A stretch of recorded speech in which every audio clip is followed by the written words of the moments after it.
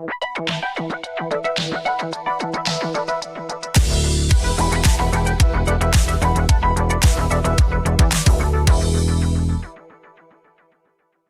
j'ai découvert le jeu de rôle GURPS, le Generic Universal Role Playing System, j'ai tout de suite eu l'impression de connaître le nom de son auteur, Steve Jackson. Mais bien sûr, l'auteur des livres dont vous êtes le héros, Sorcellerie, et co-auteur avec Ian Livingstone du Sorcier de la Montagne de Feu. Ce n'est que quelques années plus tard que j'ai réalisé qu'il s'agissait en fait de deux auteurs différents, qui travaillent tous les deux dans le milieu du jeu sur table, et qui s'appellent tous les deux Steve Jackson.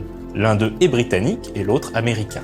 Le Steve Jackson britannique est né en 1951. Il débute sa carrière professionnelle en 1974 en tant que journaliste, mais sa vraie passion, c'est le jeu.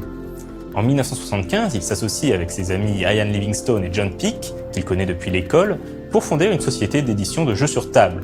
Vous en avez peut-être entendu parler, elle se nomme Games Workshop. Games Workshop publie d'abord plusieurs fanzines dédiées aux jeux de plateau, ce qui leur vaut d'être remarqué par TSR, l'éditeur de Donjons et Dragons aux États-Unis.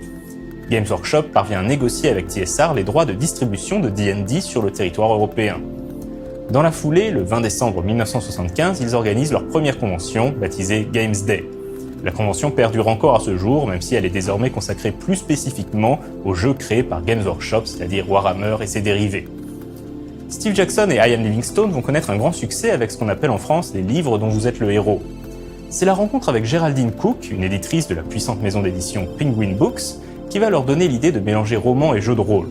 Ils ne sont pas les inventeurs du livre-jeu, qui existait depuis des années, avec par exemple la collection Choose Your Own Adventure de l'éditeur américain Bantam Books.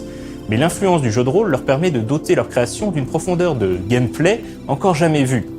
Le premier livre dont vous êtes le héros du duo sort en 1980, il s'agit du Sorcier de la Montagne de Feu, premier volume de la collection Fighting Fantasy, appelé chez nous Défi Fantastique.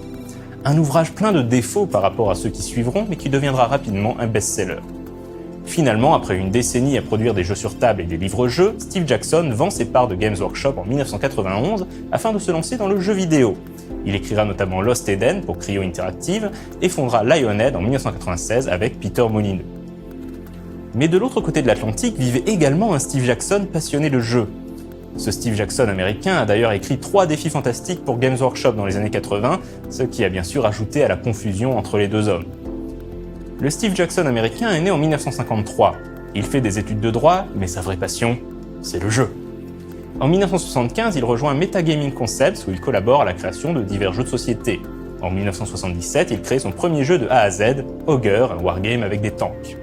Mais évidemment, Steve Jackson n'est pas passé à côté du phénomène Donjons et Dragons.